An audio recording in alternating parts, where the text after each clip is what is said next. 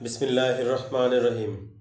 11 দলীয় নির্বাচনী জোট প্রধানকে বলছি, আপনার ভোটের নিরাপত্তা নিশ্চিত আপনাকেই করতে হবে।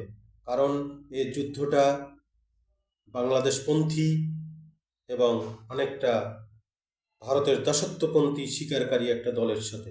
অতএব প্রতিটা ভোট কেন্দ্রে আপনার যে সমস্ত এজেন্ট আছে সবাইকে বডি ক্যামেরা দিবেন, এবং ওই নির্বাচনী দায়িত্বে যারা কেন্দ্রের বাইরে থাকবেন অন্তত 3টে বা 4টা গেটে তাদের অন্তত 4 থেকে 5 জনকে বডি ক্যামেরা দিবেন, যাতে বাইরের পরিস্থিতি এবং ভিতরের পরিস্থিতি আপনাদের নিয়ন্ত্রণে থাকে।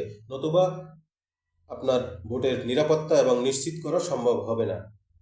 তাই আপনাকে মনে রাখতে হবে, এই যুদ্ধটা হলো এদেশের দাসত্বতা স্বীকার করা এবং এর বিরোধিতা। টোটাল এই দুইটা পার্টের মধ্যে যুদ্ধটা।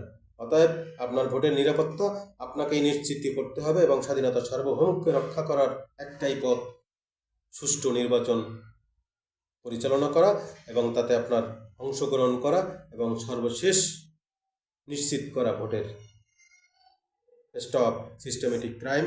বাংলাদেশ জিন্দাবাদ।